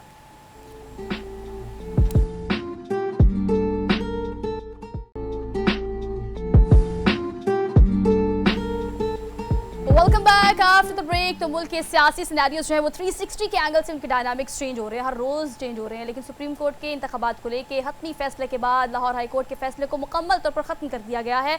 लेकिन अब सूरत हाल ये है कि जो तमाम सियासी जमातें पाकिस्तान की छोटी हों या बड़ी सियासी जमातें जो कि कह रही थी कि इंतखाबात आगे पीछे हो जाएँ तो इट्स ओके, लेकिन अब वो इस फैसले का खैर मकदम कर रहे हैं। पाकिस्तान पीपल्स पार्टी की तरफ से भी एक प्रेस कॉन्फ्रेंस की गई और कहा गया कि हम काबिल सताइश समझते हैं इस फैसले को। लेकिन अब सिचुएशन करंट क्या है, अगर हम पाकिस्तान पाकिस्तान पीपल्स पार्टी समेत तमाम सियासी जमातों की बात करें तो सुप्रीम कोर्ट के इस फैसले के बाद तैयारियां शुरू कर दी गई हैं और सुप्रीम कोर्ट का ये इंस्ट्रक्शन जो कि इलेक्शन कमीशन को था कि 54 रोज के अंदर अंदर आपको इलेक्शन शेड्यूल जारी करना है, उसके लिए भी अब इलेक्शन कमीशन को पाबंद किया गया है। लेकिन हम बात कर लेते हैं सारी सूरत हाल पर। सेनेटर सहर कामरान साहिबा हमारे साथ मौजूद हैं, रहनुमा है पाकिस्तान पीपल्स पार्टी की। उनको आज के प्रोग्राम में खुशामदीद कहते हैं। अस्सलाम वालेकुम सहर साहिबा, गुड मॉर्निंग। वालेकुम सलाम। थैंक यू सो पहले मच। तो मैं दुरुस्तगी कर दूं, पीपल्स पार्टी वो एक वाहिद पार्टी है जो मुसलसल इलेक्शन की डिमांड कर रही थी और मैं समझती हूँ कि जो इलेक्शन का शेड्यूल अनाउंस हुआ है ये पीपल्स पार्टी की बहुत बड़ी कामयाबी है। हम तो मुसलसल इलेक्शन मोड में हैं। बिलावल भुट्टो जरदारी पीपल्स पार्टी के चेयरमैन मुसलसल डिमांड कर रहे थे कि इलेक्शन की तारीख का ऐलान किया जाए, तो हम तो इसको बहुत अपनी कामयाबी समझते हैं कि पीपल्स पार्टी की जो एक मुसलसल जद्दोजहद थी, जो एक मुसलसल डिमांड थी, उसको पूरा किया गया। अच्छा सहर कामरान साहिबा, आपसे एक बड़ा मासूमाना से सवाल करना है, लेकिन उससे पहले मैं तारुफ दे दूं। आमिर सईद अब्बासी साहब भी हमारे साथ मौजूद हैं, इस्लामाबाद की ब्यूरो चीफ हैं और हरमीत के साथ इस्लामाबाद स्टूडियो में है। ठीक है, दोबारा से आपकी जानिब आती हूँ। सहर कामरान साहिबा, बड़ा सादा सा सवाल मेरा आपसे ये है कि अगर हम बात करें पाकिस्तान पीपल्स पार्टी की, तो वो इंतखाबात में उतरते हैं पाकिस्तान पीपल्स पार्टी पार्लियामेंटेरियन की तरफ की, जिसके चेयरमैन है आसिफ अली जरदारी, और उन्होंने अक्सर औकात ये कहा है, आपने उनको कहते हुए सुना होगा कि इंतखाबात आगे हो जाए तो इसमें कोई हर्ज नहीं है। लेकिन अब जो प्रेस कॉन्फ्रेंस सामने आई है उसमें बिलावल भुट्टो जरदारी जो है उनको क्रेडिट दिया जा रहा है कि आपने बर वक्त इंतखाबात के लिए अच्छे खासे इक़दाम किए हैं। ये दो आपको नजरिए दिखाई नहीं देते एक ही पार्टी के अंदर? तो हाँ, जुमला पूरा सुनना चाहिए ना, जुमला पूरा सुनना चाहिए। आसिफ अली जरदारी साहब ने एक सवाल का जवाब दिया था और उन्होंने कहा था कि इलेक्शन की तारीख का ऐलान इलेक्शन कमीशन ने करना है और इलेक्शन लाजमी होंगे। वो 2 दिन पहले भी हो सकते हैं, वो हफ्ता बाद में भी हो सकते हैं, मगर इलेक्शन का ऐलान जो है इलेक्शन कमीशन ने करना है और वो इलेक्शन होंगे। ये उनका पूरा जुमला था एक सवाल के जवाब में, जिसमें से एक हिस्सा उठा लिया गया कि एक हफ्ता बाद में भी हो सकते हैं, 2 दिन पहले हो सकते हैं, ये नहीं उठाया गया। और ये नहीं उठाया गया कि इलेक्शन हर हाल में होने हैं। तो बात है कि पूरा जुमला अगर उसको हम सामने रखें तो पीपल्स पार्टी के सदर आसिफ अली जरदारी साहब, चेयरमैन बिलावल भुट्टो जरदारी मुसलसल इलेक्शन की डिमांड कर रहे हैं। पाकिस्तान पीपल्स पार्टी हम आपके तमाम प्रोग्रामों में और अदरवाइज पब्लिक जो हमारी जितनी भी टॉक्स हैं, प्रेस कॉन्फ्रेंसेस हैं, प्रेसर्स हैं, हर एक में, और इसके अलावा इलेक्शन कमीशन में बाकायदा जाके हमने नुमाइंदगी जो भी हमारी नुमाइंदगी है एक सवाल ले लीजिएगा। मैं आपसे जानना चाह रहा हूँ कि हमने जो सोहा ने सवाल किया है, बयानिया को अगर हम देखें कहीं ना कहीं हमें बड़ा मुख्तलिफ दोनों में नजर आया है। अगर हम देखें तो आपको याद होगा कि जब बिलावल भुट्टो ने 90 दिन की बात की तो दूसरे दिन आसिफ अली जरदारी साहब जो है वो मैदान में, और उन्होंने कहा कि हमें यकीन है इलेक्शन कमीशन पर, चाहे वो 90 दिनों में करे 120 दिनों में करे। अब आपसे जानना चाहेंगे, पीटीआई के हवाले से जो जरदारी साहब ने कहा है कि उनसे इत्तेहाद नहीं होगा, कहीं ना कहीं बिलावल एंड टीम जो थी क्या वो राब्ते में थी तहरीक इंसाफ के साथ? और हमने ये भी देखा है कि कहीं ना कहीं उनके लिए बयानिया जो बिल्ड किया जाता है वो बड़ा पोलाइट सा था पीटीआई के हक में। तो क्या ये वजूहात थी कि जरदारी साहब पहले ही से नवाज शरीफ साहब के साथ मामला तय कर चुके हैं? देखिए, पहली बात यह है कि पीपल्स पार्टी के अंदर तमाम फैसले मशावरत के साथ सीईसी की मीटिंग में होते हैं और पीपल्स पार्टी मुसलसल इस बात पे, चाहे वो सदर हो पीपल्स पार्टी के आसिफ अली जरदारी साहब या चेयरमैन हो बिलावल भुट्टो जरदारी, हम जो है जो कुछ भी हुआ 9 मई को उसकी मजम्मत भी करते हैं और हम इस बात के ऊपर कोई हमारी दो राय नहीं है। यही बात जो है बिलावल भुट्टो जरदारी ने कोयटा में प्रेस कॉन्फ्रेंस की, मैं वहाँ मौजूद थी जब उन्होंने कहा कि जो है जो मुल्क के कवानीन हैं और जो मुल्क के इंटरेस्ट हैं, जो मुल्क है वो सबसे पहले और सबसे आगे है। तो जहाँ पर आप भी देखें कि इस वक्त पीटीआई के अपने लोग छोड़ के जा रहे हैं, ठीक है, जो लोग आ रहे हैं उन पे तो मुझे नहीं पता कि उनके सामने क्या अपने लोग भी जा रहे हैं बड़े-बड़े। देखिए पीपल्स पार्टी के बारे में आप क्या कहेंगे? इस हवाले से भी जरा साथ ही कमेंट कर दें, क्योंकि एक बड़ी विकेट गिरी है आपकी। नहीं, हमारी कोई विकेट नहीं गिरी। देखिए, खोसा साहब जो है हमारे नेशनल असेंबली के उम्मीदवार नहीं थे, ठीक है, वो उनको गवर्नर बनाया गया, पीपल्स पार्टी के साथ उनका बड़ा साथ रहा, हम उनको गुड लक विश करते हैं। अगर वो समझते हैं उनका ये रास्ता है तो देखिए हर शख्स बाशऊर है, हर शख्स को अपना रास्ता चुनने का हक है। पीपल्स पार्टी ने जो है उनको बहुत इज्जत भी दी है और पीपल्स पार्टी के लिए वो अहम भी थे, एज अ वकील रहे वो आसिफ अली जरदारी साहब के। अगर आज वो समझते हैं कि उनके इंटरेस्ट जो है वो कुछ और है तो उनको बहुत मुबारक हो। अच्छा सहर कामरान साहब, आप ठीक कह रही हैं। आमिर साहब, आपकी तरफ आऊँगी, आप क्या समझते हैं कि अगर इस सारी सिचुएशन में, चाहे सरदार लतीफ़ खोसा जो है उन्होंने पीटीआई ज्वाइन कर लिया, लेकिन यहाँ पर पीटीआई के वकील बनने पर शोकस नोटिस भी जारी किया, रुकनीत को भी उनको कॉम्प्रोमाइज़ किया गया, आप क्या समझते हैं दीगर सियासी जमातें इस वक्त किस तरह से ओपन माइंड गेम खेल रही हैं या इंतखाबात को लेकर चल रहे हैं, क्योंकि अब जो है वो पीटीआई की तरफ से कहा जा रहा है कि हमारे दरवाजे आपके लिए खुले हैं, जो लोग पीटीआई से जा चुके थे वापस आ जाए, हम उन्हें वार्म वेलकम करेंगे। तो दीगर सियासी जमातें क्या सोचती हैं इस हवाले से?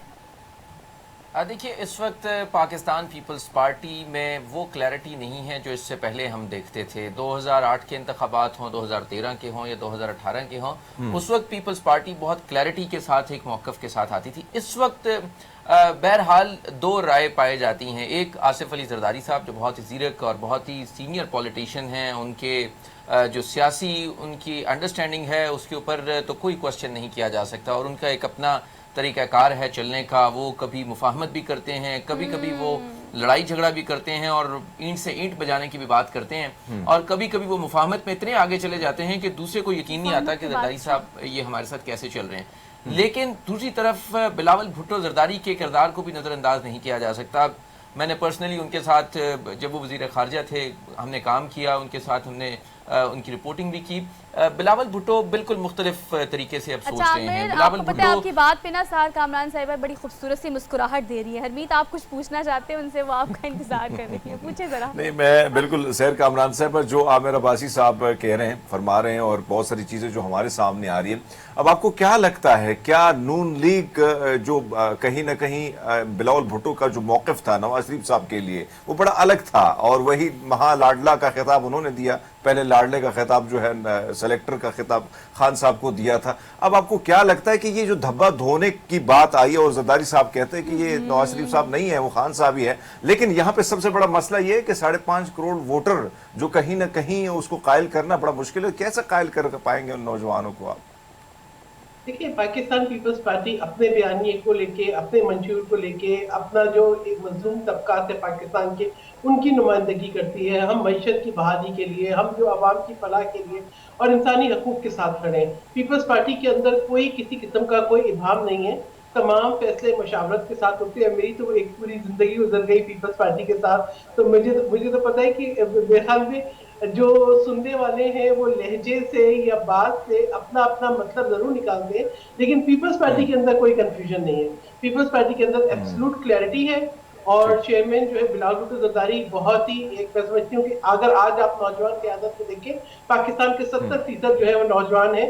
अगर आप नौजवान क़यादत को देखें तो आप मुझे बताएं कि बिलावल भुट्टो जरदारी के मध्य मुकाबिल कौन है, और आसिफ अली जरदारी साहब जो है कामरान साहिबा उनके मध्य मुकाबिल कोई भी नहीं है, जवानों को वो रिप्रेजेंट करते हैं। आपने वक्त दिया, आपका बेहद। आमिर सईद भी इस्लामाबाद स्टूडियो में मौजूद थे, आपका भी बेहद शुक्रिया। लेकिन अवामी मैंडेट सामने लाने के लिए इंतखाबात की तैयारी जोरों शोर से जारी है, लेकिन आवाम भी उसका इंतजार कर रही है, और आपके लिए सिर्फ इतना पैगाम के ये वोट जो है वो आपका हक है, बुनियादी हक है, इसको बड़ी ध्यान से इस्तेमाल कीजिएगा। एक ब्रेक लेते हैं, वापस आते हैं एक ब्रेक के बाद। Keep watching, good morning public.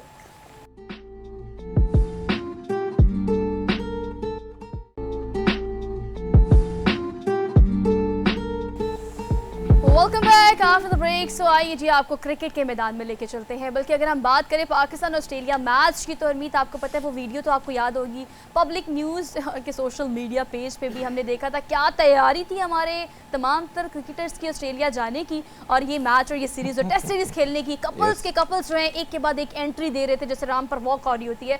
लेकिन आपने हनीमून की तैयारी तो कर ली, मैच भी खेलने की तैयारी थोड़ी करनी थी ना, क्योंकि अभी हम देखिए अगर ओवरऑल जो हमारे पास रिजल्ट्स आ रहे हैं, बहुत ही नाक़िस कारकर्दगी थी हमारी टीम की, और क्या वार्म वेलकम किया ऑस्ट्रेलिया ने, और वेलकम भी ऐसा किया, ऐसी मेज़बानी की कि रन ही नहीं बनाने दिए।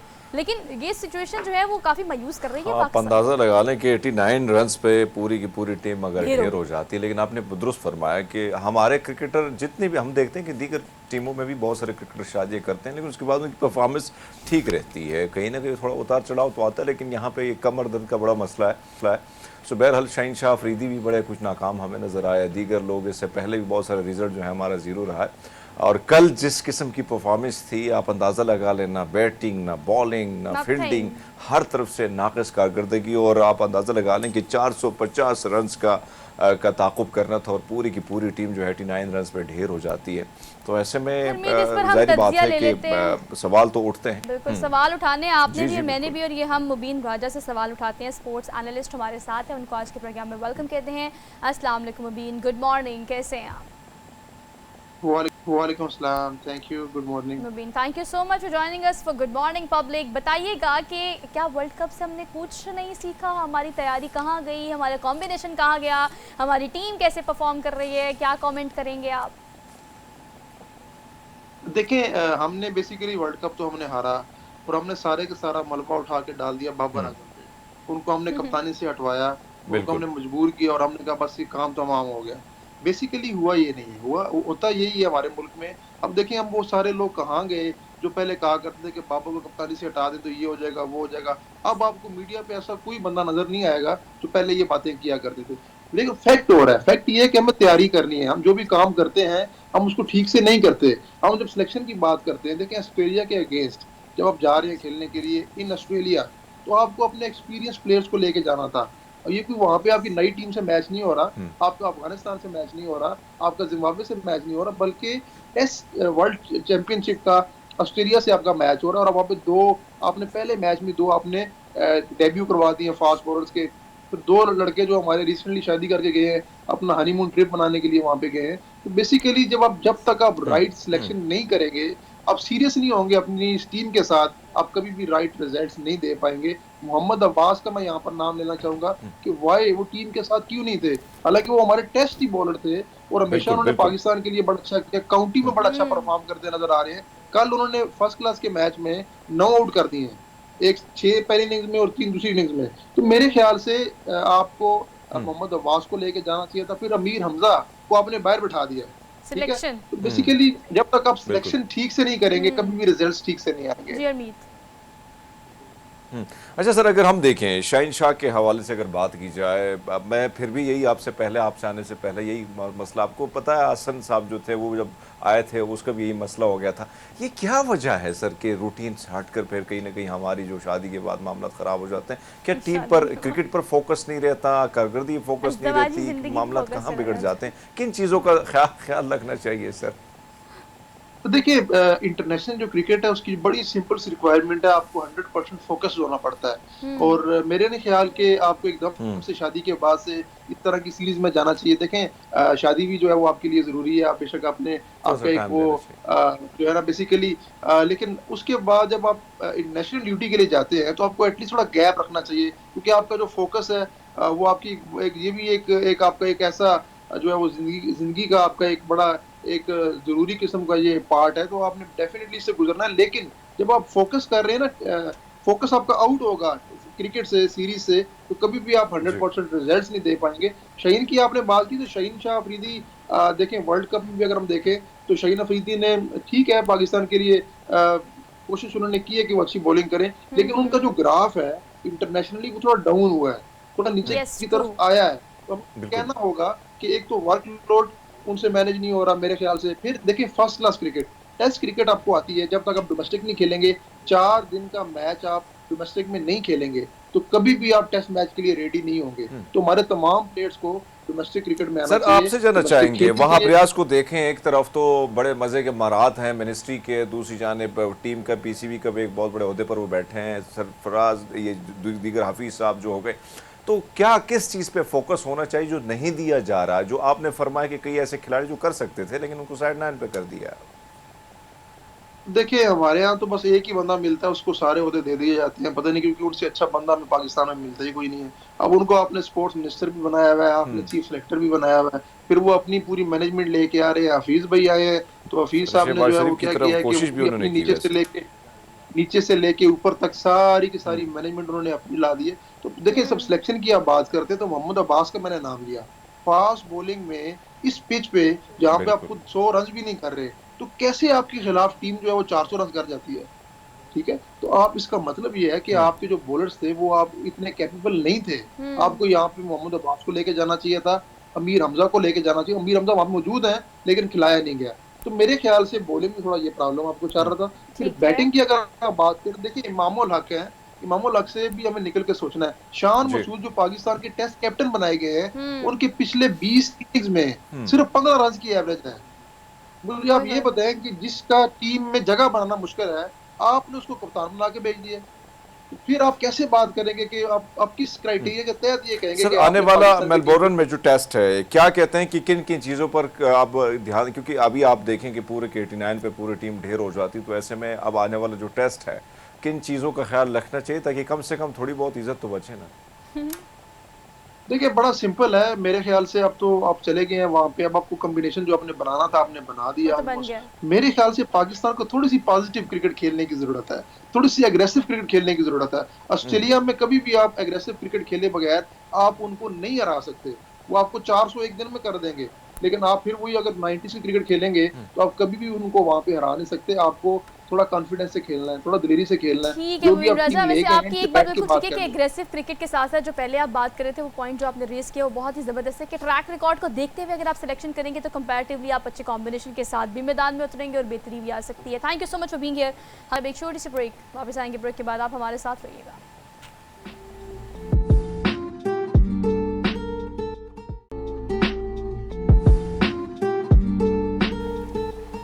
Welcome back after the break. So बहुत देर से समझ आया, लेकिन ये बात समझ आ गई है कि अगर आप बहुत सारे ट्यूटोरियल्स या videos scroll up scroll down करके रील्स देखते हैं ना इंस्टाग्राम पे, सोशल मीडिया पे, जहाँ पे आपको बताया जा रहा था कि डे केयर रूटीन ये होनी चाहिए, सुबह उठते साथ ये सीरम लगाएं, ये सन ब्लॉक लगाएं, रात को सोते वक्त आपने स्किन केयर करना नहीं भूलना, तो आप इस चीज़ की तरह वेकअप कॉल लें। येस, इट्स सो ट्रू, ये अच्छी बात है कि आप अपनी स्किन केयर करें और एज के बाद, एक स्पेसिफिक एज के बाद तो खास तौर पर आपको बहुत सारी चीज़ें इस्तेमाल करनी चाहिए। लेकिन वो बहुत सारी चीज़ें क्या है, यू गॉट कन्फ्यूज टाइम, क्योंकि इतना सारा कंटेंट तो हम सोशल मीडिया पे देख लेते हैं, लेकिन आपके लिए एक एक्सपर्ट ओपिनियन जो है वो हम लेकर आए हैं और उसके लिए जो मेरे साथ पर्सनालिटी स्टूडियो में मौजूद है उनका तारुफ मैं आपसे करा देती हूँ। शुआना मुफ्ती साहिबा हमारे साथ मौजूद हैं, कॉस्मेटोलॉजिस्ट हैं, इनको आज के प्रोग्राम में वेलकम कहते हैं।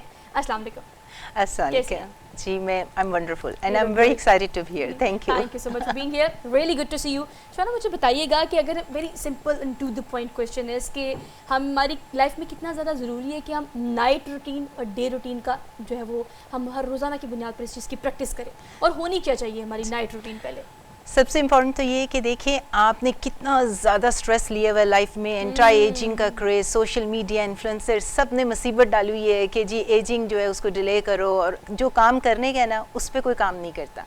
वो काम ये है जी कि अगर आपने 25 एंड अप हो गए हैं, बहुत अर्ली एज में अमेरिकन डर्मेटोलॉजी की गाइडलाइंस भी हैं कि आपने रेटिनॉल और ऐसे तमाम एक्टिव इंग्रेडिएंट 25 की एज से स्टार्ट कर देने क्योंकि आपकी कोलेजन कम हो रही है ना। लेकिन इसके साथ साथ लोग शॉर्टकट मारते हैं। लोगों को चाहिए कि इंस्टेंट ग्रेटिफिकेशन, कोई ऐसा प्रोसीजर बता दें कि हम सुबह करें और कल शाम को पार्टी पे जाना है तो इंस्टेंट रिजल्ट्स। ये नहीं देखना कि जो चीज़ हम अभी कर रहे हैं, क्योंकि एज तो सब ने करना है, लेकिन 10 या 12 साल में उसका क्या रिजल्ट होगा। तो एक होती है कंसिस्टेंसी, ये हर वो चीज़ सक्सेसफुल होगी जो कि आप कई सालों से कर रहे हैं। अगर आपको रिजल्ट 1-2 साल में चाहिए वो नहीं आने के, तो अगर आपने एज को भी डिफाई करना है और आपने अच्छा लगना भी है तो आप समझ लें कि 10-20 साल तक का काम है, आपने इसको लाइफ कमिटमेंट का नहीं है। अच्छा, ये लाइफ कमिटमेंट। नाइट रूटीन तो पहले नाइट से शुरू करनी चाहिए। बहुत सारी वीडियोस हैं, आप लिटरली कंफ्यूज हो जाते हो कि आपने रात को करना क्या है सोने से पहले। ये सबसे इम्पोर्टेंट बात ये है कि पूरे दिन का जो स्ट्रेस है, जो आपने मेकअप, जितनी मट्टी घट्टा सारा इकट्ठा किया हुआ है, तो आपने शाम को सोने से पहले जो है सबसे पहले तो क्लेंजिंग करनी है। अब क्लेंजर में और जितने प्रोडक्ट आपने लेने हैं ना, अब जिस भी कंट्री से हो उसमें ये लोग देखते हैं कि ओ जी आप नाम बता दें। नाम आपको कैसे बताएं, क्योंकि अगर दुबई में है, यूएसए में है, पाकिस्तान में है, कोई भी ब्रांड हो सकता है और लोग आपको इंतहाई महंगा करके बेच देंगे। आपने देखना है कि जो चीज़ खरीद रहे हैं उसके अंदर एक्टिव इंग्रेडिएंट क्या है, उसकी परसेंटेज क्या है। अब अगर आप क्लेंजर ले रहे हैं तो मैं जो क्लेंजर यूज़ करती हूँ बहुत जेंटल, क्योंकि स्किन पे एक्ने नहीं है, तो सिरामाइड्स के साथ क्लेंजर यूज़ करें। इट डिपेंड्स अपॉन कि उसके अंदर इंग्रेडिएंट्स क्या होने चाहिए। डजंट मीन कि वो किस ब्रांड से, वो मैटर नहीं करता। और ये भी नहीं मैटर करता कि मैं अगर आपको कोई 20,000 50,000 की चीज़ बेच रही हूँ तो वो काम करेगी। लोगों का एक माइंडसेट होता है कि चीज़ महंगी है, महंगे डॉक्टर ने बेची है तो बड़ी अच्छी होगी। आप देखें उसे खरीदते हुए कि उसके अंदर चीज़ क्या है जो एक्टिव है जी। तो अगर आप एक्नी फ्री हैं और आपकी स्किन साफ है तो आप सिरामाइड यूज़ करें क्लेंजर में। सिरामाइड जो है वो स्किन बैरियर के लिए इंपॉर्टेंट होते हैं। अगर आपके एक्नी हैं, दाग धब्बे हैं, तो आप सैलिसिलिक एसिड यूज़ करें क्लेंजर में, जिसमें 2% सैलिसिलिक एसिड। उससे ज़्यादा इस्तेमाल करेंगे तो थोड़ी।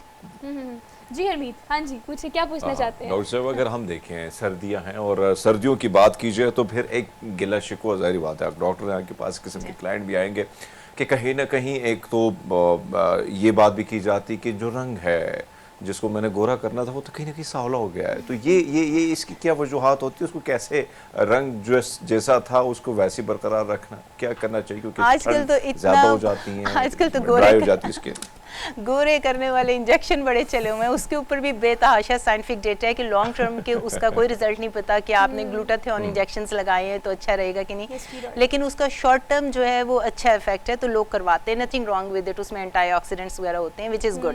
मॉइस्चराइजर इज़ अ मस्ट, जिस तरह से मैंने आपको पहले बताया था कि आपने क्लेंजर के बाद, मैं इसी पे आ रही थी, सेकंड स्टेप जो ये था कि आपने रेटिनॉल्स लगाने, स्किन साफ करने। रेटिनॉल्स जो होते हैं विटामिन ए डेरिवेटिव होते हैं जो कि एंटी एजिंग है। लोगों को ये समझ नहीं आता कि वो एंटी एजिंग स्टार्ट करते हैं जब 40s 50s में है, तब तक तो आप ऑलरेडी शो अप कर रहे हैं अपनी एजिंग के साइंस। आपने जो है स्टार्ट कर देनी 25 एंड अप, रेटिनॉल्स वगैरह इस्तेमाल करें। रेटिनॉल्स के बाद जो है आप मॉइस्चराइजर यूज़ करें। कुछ लोग रेटिनॉल से पहले भी मॉइस्चराइजर यूज़ करते हैं, और आपके मॉइस्चराइजर में या तो पेप्टाइड होना चाहिए जो कि प्रोटीन्स होते हैं, वो एक्टिव इंग्रेडिएंट है उसका, या फिर उसके अंदर नायासिनामाइड होना चाहिए 5% से लेस। ये भी एक एक्टिव इंग्रेडिएंट है जो कि लिपिड को और आपके स्किन की प्लम्पनेस को बरकरार रखता है और हाइड्रेट भी रखता है। कुछ लोग कहते हैं जी हाइलुरोनिक एसिड भी ठीक है, हाइलुरोनिक एसिड इतना एब्जॉर्ब नहीं होता, लेकिन अगर है तो प्लस है। That's really good. डॉक्टर साहब इसको भी एड्रेस करें कि अब सुबह उठ के भी आपको पता है ना कि एक राग लापते हैं हम कि सुबह उठ के क्या करना है। सबसे पहले सन ब्लॉक कितना ज़्यादा ज़रूरी है, अनटिल अनलेस आप सिर्फ बाहर जा रहे हैं तो सन ब्लॉक अप्लाई करना है, या अगर मैं स्टूडियो में बैठी हूँ या लाइट्स मुझ पर पड़ रही हैं तो भी सन ब्लॉक अप्लाई करना पड़ता है? सबसे पहले तो जब सुबह उठते हैं ना, आपने फिर ये करना है कि सुबह उठ के जो आपने क्लेंजिंग की उसके बाद जो है विटामिन सी ज़रूर लगाएं, और विटामिन सी के बाद सन ब्लॉक लगाएं। क्योंकि विटामिन सी अगर पहले होगा तो उसकी जो एफिकेसी है वो एनहांस्ड हो जाती है, ज़्यादा हो जाती है फिर सन ब्लॉक से। सन ब्लॉक तो एक ऐसी चीज़ मैं कहूँगी कि अगर आप मेरे से एक चीज़ पूछें कि सब कुछ छोड़ दें, आपने एक चीज़ यूज़ करनी है, चलो दो कह दें, एक रेटिनॉल और एक जो है sunscreen. Sunscreen is a must, क्योंकि ये वो हर चीज़ जो बाहर से आ रही है, अगर आप अंदर से अपने आप को ठीक कर रहे हैं, लेकिन अगर एनवायरमेंटल फैक्टर आप नहीं रोक रहे। सन ब्लॉक होता क्या है? सन ब्लॉक जो है वो UVA और UVB जो लाइट है, अल्ट्रावायलेट लाइट जो आपको डैमेज कर रही है स्किन को, उससे प्रोटेक्ट करता है। अब अगर आप ये देखें कि सनस्क्रीन जो होती है UVA 95% रेज आपकी सन के अंदर है, और वो आपको ए का मतलब है एजिंग, आपके स्किन में डीपली जाएगा और आपको जो अंदर डैमेज करेगा। अच्छा, SPF भी होता है ना, इसको भी एड्रेस कीजिएगा कि कुछ 60 कैसे होता है, सिलेक्ट कुछ करना 40 होता है, कुछ 90 होता है, ये कैसे आप जज करेंगे कि आपकी स्किन के लिए कौन सा? इसके लिए ये समझना पड़ेगा कि UVA क्या था और फिर UVB। UVB जो होता है वो स्किन को बर्न करता है, B का मतलब बर्न, और स्किन कैंसर करता है क्योंकि वो सुपरफिशियल रहता है। अब अगर आप कहें जी मैं कैसे सिलेक्ट करूं कि मैंने अपना सनस्क्रीन कैसे खरीदना है, तो आपने ये देखना है कि वो दोनों को कवर कर रहा है, UVA को भी UVB को भी। SPF कहते हैं सन प्रोटेक्शन फैक्टर, जो कि आपको सिर्फ UVA से प्रोटेक्ट कर, UVB से प्रोटेक्ट कर रहा है। आपने देखना है कि सन ब्लॉक के ऊपर लिखा हो SPF 30+। 30+ से ये होगा कि आपकी 95% डैमेज कम हो जाएगा। अगर आप उसको लेंगे SPF 50 तो 97 कम हो जाएगा। अगर तो आप 30 से ऊपर लें जो भी लेना है। उसके बाद आपने दूसरी चीज़ सन ब्लॉक के ऊपर देखना है कि उसके ऊपर लिखा हो PA। सॉरी फॉर इंटरप्शन, लेकिन बताएगा SPF 90 बहुत एक्सट्रीम नहीं हो जाता? अगर आप लोग तो SPF 100 भी यूज़ करते हैं, उससे आपका 98% प्रोटेक्शन हो जाएगी। आपका पहले भी 97 प्रोटेक्शन हो रही थी, 98 99 कर भी लेंगे तो कोई इतना फर्क नहीं है। कुछ लोग सेंसिटिव होते हैं, कुछ लोग सेंसिटिव होते हैं, इसलिए 30 से ऊपर जो भी यूज़ करेंगे it will work for you. और मेरे ख्याल से ये वो चीज़ें जो कि आपकी रेगुलर रूटीन का हिस्सा होनी चाहिए, अनटिल अनलेस आप बाहर जा रहे हो। लेकिन उसके अलावा ये फ़ोन जहाँ स्टूडियो में मैं बैठी हुई हूँ, ये सारी लाइट्स जो हैं ये आपको डिस्टर्ब करती है, बेसिकली आपको यूज़ करना चाहिए सन ब्लॉक आप रेगुलर रूटीन के लिए खास तौर पे। UVA जो होता है ना वो विंडो से भी अंदर आ रहा है। अगर आप कहीं, आप तो यहाँ विंडो नहीं है कोई, अगर आप कहीं ऐसी जगह किचन में है, लेट्स सपोज वहाँ विंडो नहीं है तो इट्स ओके। अगर आपको चूल्हे पे हैं, आप खाना बना रहे हैं, तो वो चीज़ें भी आपको डैमेज करती हैं। नहीं, लेकिन UVA जो बाहर से सनरेज आ रही हैं, अगर हम विंडो के पास बैठे हैं, ऑफिस में बैठे हैं, तो UVA अंदर आएगी। UVA जो है वो डीपली पेनिट्रेट होती है, और जो 95% है, 5% होता है UVB। तो इसकी वजह से आपने अगर विंडो के पास काम करें तो वो भी यूज़ करें। Alright, thank you so much for being here, good to see you. वापस आते हैं ब्रेक के बाद, keep watching good morning public.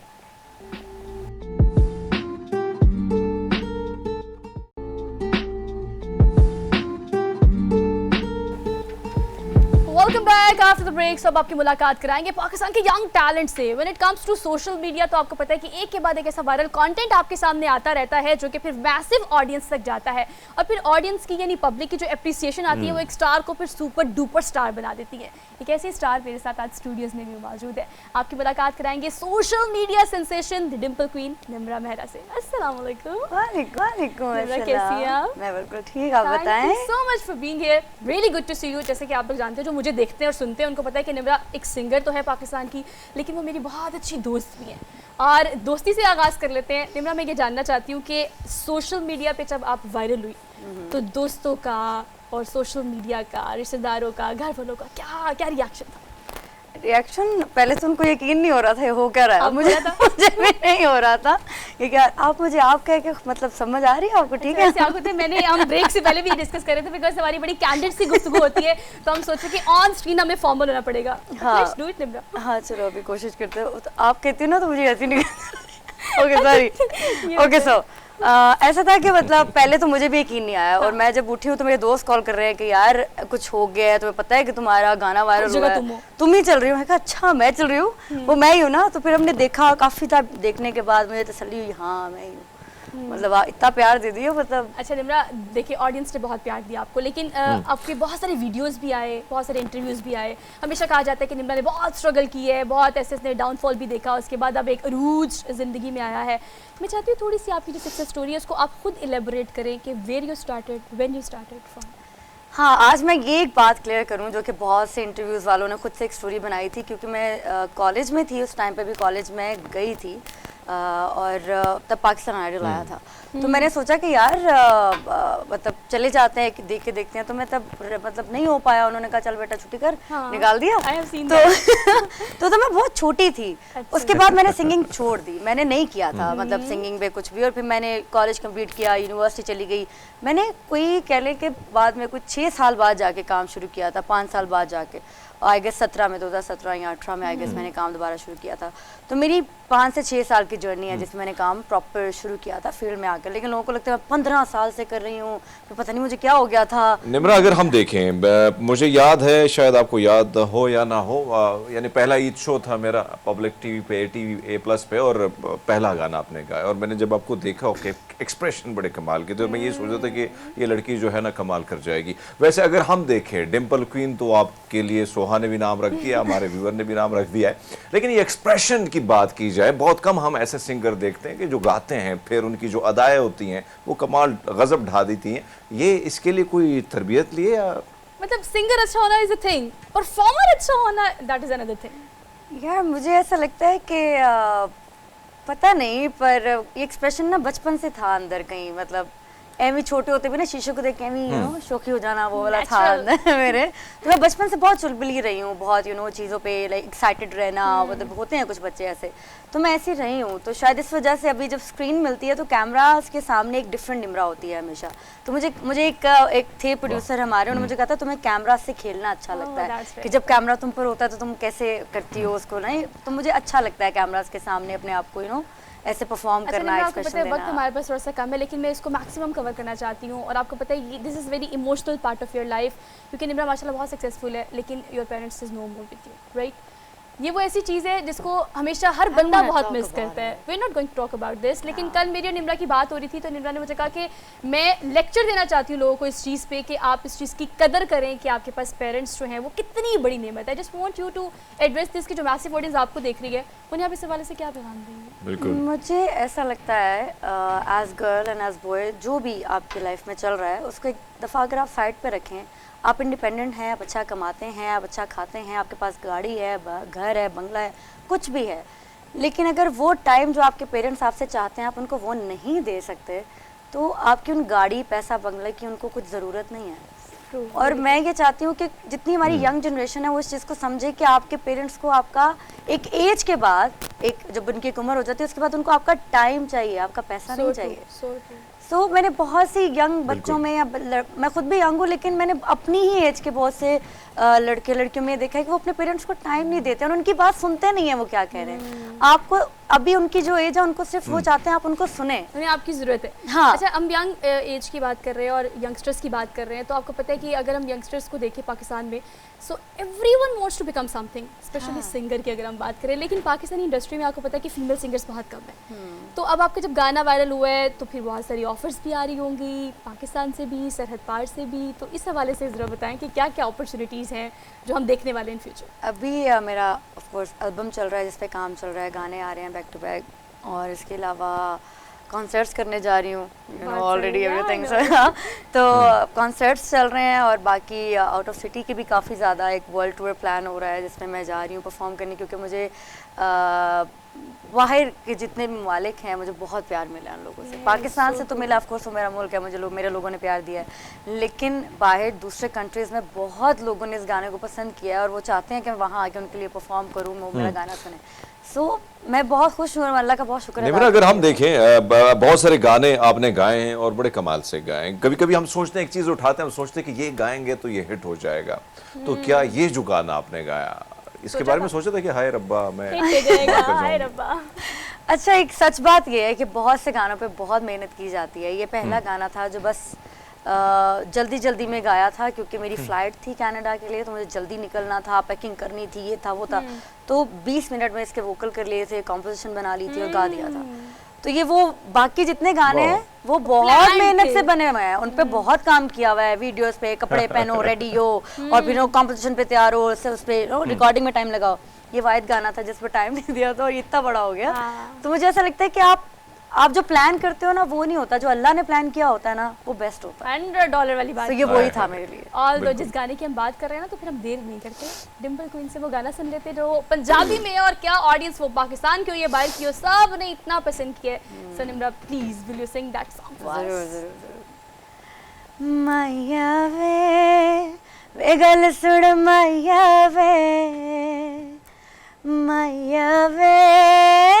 गल सुन माया वे, तू सुबह दी पाक हवा वरेगा, साडे पिंड नूं जांदी राह वरेगा, तेनू पुली भी ते किंज सजना, तू आंदे जांदे सावरेगा।